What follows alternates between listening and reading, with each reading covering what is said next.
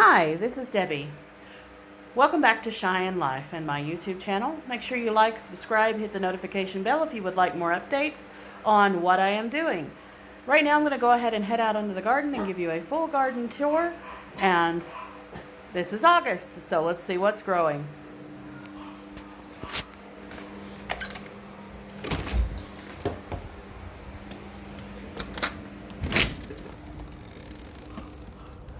Well, it is certainly nice and green out here. If you hear dogs barking, of course, as you know, I have two little toy poodles, and yep, they bark sometimes.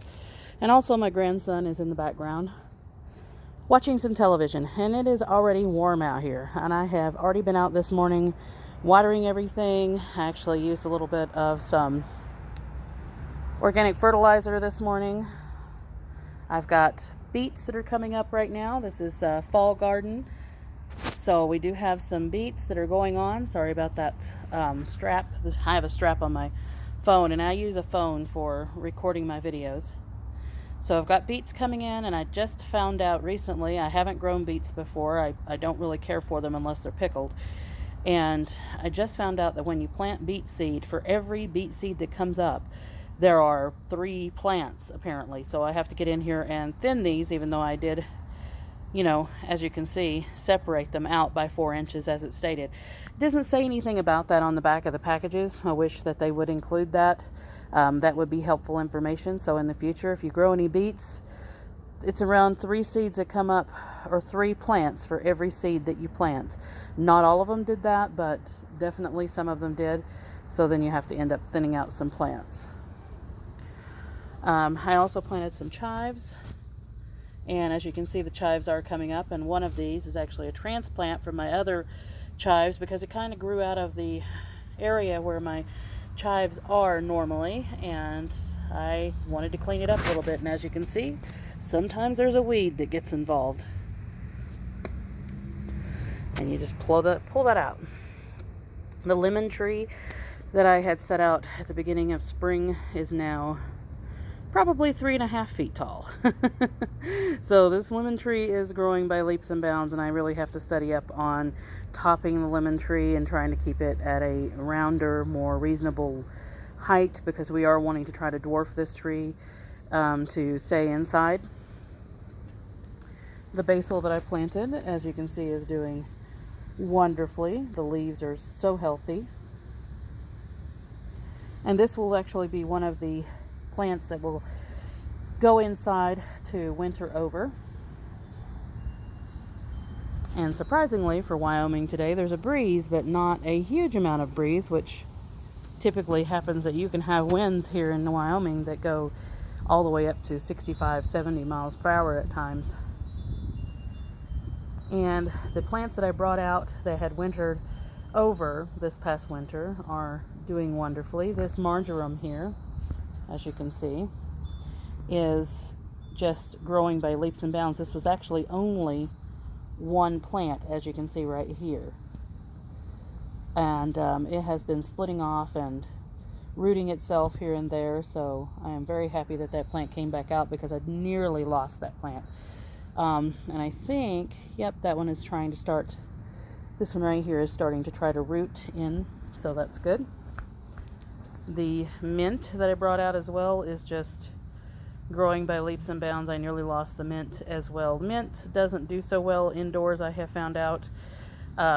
It will do okay for a while, but then it starts kind of getting, I don't know if it's pot bound or it just doesn't like what's going on, and it'll start to get the rusty colored leaves, as you can see right there. But we've got new growth coming out here, which looks great. And I'm probably going to try to get some of these rooted in to fill in the section. But as you can see, there are lots of little mint that are coming on. And then that is the lavender that I had found seeds. As you can see, there's the original package in the house that were about 25 to 30 years old. And I didn't think that they would come up. But I wanted to give them a chance. Planted 10 seeds, 5 of which came up, and that is what I have left. And I know it's kind of leggy. They suggest that as far as lavender goes, that you keep them really, really trimmed. But I think this is actually a different variety of lavender than French lavender. This is more of the bush style, but it's doing great in this pot. I like it. So, and this was just some hens and chicks that I had transplanted this year with some foxglove, and the foxglove is starting to come back out again. And of course all the petunias are still going strong, and the pansies and violas. The pansies are kind of getting crowded out by the violas, I believe, which is unusual because I usually have the pansies crowding out everything, but that doesn't seem to be the case right now. And that is one of my jack-o'-lanterns. I had stuck it over here. This isn't really the garden area. This is more of the flowers area, and I had stuck this jack-o'-lantern over here just to get it to take off and see how it would do in mostly a mulch system, because this is all mulch that I had used last season. We did not put any mulch on this season because we are starting to convert some of these flower beds to growing food as well. Sometimes it is a process converting because this particular flower bed had never had vegetables in it before. So you do have to, there is some black moisture wicking material that is underneath all of this soil, and all of that has to come out before you can start planting. Even though people use those for weed barriers, my honest opinion, it is a nightmare for weeds, because the weeds, as you can see, this grass right here grows on top of all of that moisture wicking, and it actually, the roots get down in the moisture wicking and just make a mess to try to get it out of. As you can see, there's little bitty weeds here and there. I have to go through with the hoe every so often and cut all of these weeds out, and then they always just come right back because of this black weave or wicking moisture barrier. And it might do its job as far as moisture is concerned, but I don't like the weeds situation. And this is where we had originally had our bird seed for the birds. And as you can see, the bird seed fell. It got started, even though there's supposed to be a barrier there to prevent weeds. And more weeds right there, as you can see, that came on top of that black weave barrier. So I am not a fan of this landscaping material. Whoever thinks that's a great idea, you can take it back, because I don't want it. And the flower bomb that I had planted from Dollar Tree has definitely turned out to be something akin to a clover, but it is not quite a clover. I think it is a red clover maybe, but I'm not familiar with that particular plant. And I'm not sure yet what this other one is. We will see, I suppose. And then, of course, the marigold, the button marigolds are doing wonderfully. And all of those little transplants that I had found all throughout the pots and put them into here are now turning out to be mostly violas and petunias. A pink petunia in particular. So, pretty. I like it. That'll be some end of summer and early fall blooms. And all of those that I had just picked up from the clearance section are doing fantastic, except for this impatient. And I'm not sure what is going on with this impatient. It's wet down in there. I think it might be just at the end of the season. I've seen these do this before. And when it comes to the end of season, they are pretty much done, no matter what you do. So plenty wet, not sure what's going on with it, but it's not like it's a huge loss for us. And that's the other clearance plant. They are just blooming like crazy, really pretty blooms. And I always enjoy this pot over here. However, it tends to get the driest the quickest and try to want to die. And I have to keep coming over here and just soaking it and soaking it and soaking it. I'm not sure why that keeps going on, because it does have a moisture ball in there that we keep normally filled with water. Right now it is not, because I watered it this morning. And of course there's a little button marigold stuck in there. And even though there's some weeds in here, I actually like, this is not really weeds, but bird seed that has came in and planted itself. It's kind of wild, and I kind of like it. And I actually moved the strawberry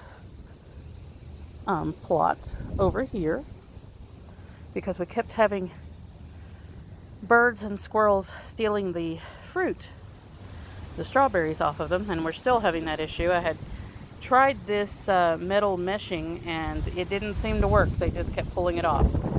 So I think we're going to have to completely cover this in maybe a poly mesh to keep them from being stolen. But the plants just look fantastic. They are doing great in this little makeshift plot, and we will be piling this up not too far in the future with a layer of either straw or hay and straw for this to winter over, because the strawberries should come back next season as long as they winter well, and fill this entire section up, because we have planted some more seeds down in here, which you can't see them coming up yet. They will be coming up next season. And we still have some lilies that are hanging on. These are my Asiatic lilies. And they're a little bit of a later bloomer than my other lilies are. Oh, and it looks like even the one that was not ready to bloom at all has now popped open.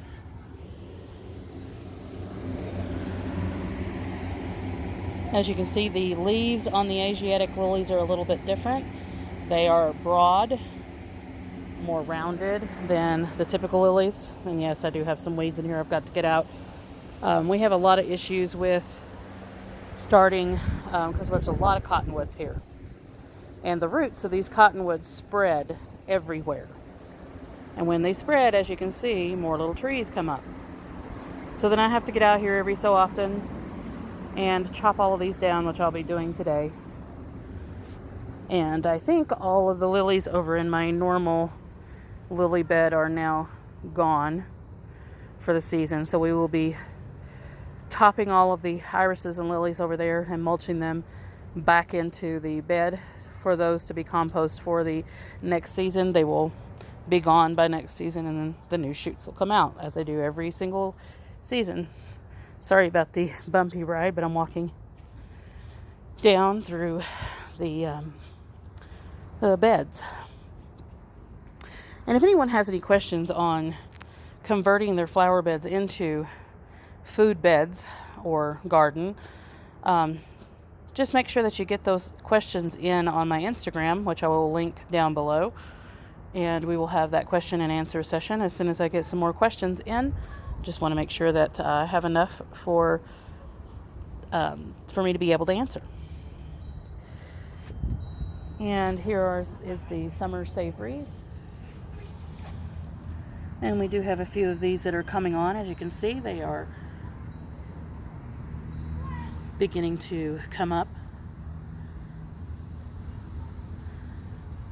pretty much all over. And this is the basil, still small, but it is getting its second set of leaves, as you can see right there.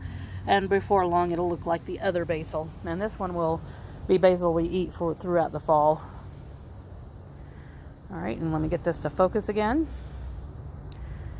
And those clearance, oh, I forget what those are called again. Anyway, those were clearance plants that I had picked up, and I will go ahead and put a note in there when I remember what the name of those are. Manzanilla, that's right. Those are the manzanilla. Those manzanilla that I have planted that were on clearance, as you can see, are really getting a lot bigger. Just really filling out the pots. This one was not the clearance one. I had picked this one up at the beginning of the season, and it is still just blooming like crazy. So I'm assuming that these will, I think I see a bloom at the top there. These will more than likely start to bloom soon. I don't know if they're pink, or they might be white, or they might be red. We shall find out. And as you can see, the sage from the last time that I had trimmed it has just grown back by leaps and bounds, as has the thyme. It's just about ready for a second harvest and drying. And the basil that I had tried to use for seed has now taken off completely and decided that it's going to grow again. So this will be the third season for this basil, and I will actually go ahead and winter it over again, and we'll see what happens. And these are my Brussels sprouts. I don't think I really featured those too much. They were here, but I didn't really say that much about them. I will be trimming those again at the bottom because there are more leaves that have came on. And those actually need to be trimmed in order for the Brussels sprouts to start forming very well. And the carrots that are down in between all of those Brussels sprouts are just growing like crazy. They actually have carrots on them. I could pull them right now, and they would be about 6 inches to 8 inches. And these are actually different color carrots. I think there's purple and white and red and orange and all kinds of colors in there. Just an assortment of seed. And there's actually 2 rows. Don't know if you can see them down in there, but there is a second row. Yep, you can see them a little bit. And right here in the front, along all of this dirt section, I have planted some beets. And those are the second set of beets that I've planted, so they have not started to come up as of yet, but they will. And when they first come up, you notice them because they are extremely bright red before they start getting the green foliage on them. And my collards are just now really starting to come on. I've got one over here that is pretty large, and I will be actually transplanting those more into a uniform line section, so I have a little bit more room to plant some more radishes, which I had just planted some radishes for fall radishes recently, but we use a lot of radishes. We eat a lot of salads here. And that is the giant Caesar lettuce, which, as you can see now, is starting to form heads, or if you want to call them heads, they're kind of loose. It's a romaine type of lettuce, so it will get a lot taller, but right now it is standing at about 12 inches, 10 to 12 inches high. So getting pretty good size. I could already eat that for lettuce, for salads. And I also planted some fall bunching onions a few weeks ago. And onions tend to take a little bit of time to get started. Let me see if I can maybe zoom in a little bit. And you can see those maybe. Just slightly. You can see right in, hold on, sorry about the camera, you can see right in there that they are coming in all along the back, and it's a good place to put onions along the back of section up near the wall, because these onions don't get very big. They're just bunching onions.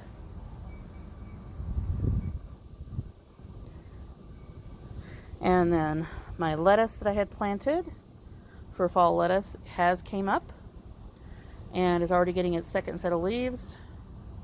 And the black-seeded Simpson is still kind of struggling, I think, because of the heat, because we have had temperatures in the upper 80s and 90s here in Cheyenne. And as you can still see, those are the beets right there, all in a row. Sound like a nursery rhyme. And they are doing wonderfully. And all of this purslane, of course, is doing great that I didn't want. So I don't eat purslane. I'm not real sure what it tastes like. I'm not interested in it. But I do have some chives that are in there, as you can see, kind of poking up through the middle of that purslane. And I need to get in here and get all that pulled out before it starts taking over again. The onions that I planted are pretty much done for the season, and I'm just kind of waiting around. You can wait as long as you want to on onions, as long as they don't go to seed, to harvest those. So I'm just kind of waiting around until later in the season, because I do have a couple of them, as you can see, still standing there that are not quite done. And I've got a couple over here, and a couple of them I actually trimmed the green part back, which you can, and it will focus more on the bulb. But I'm not too happy with the onions this season because it looks like they are kind of small.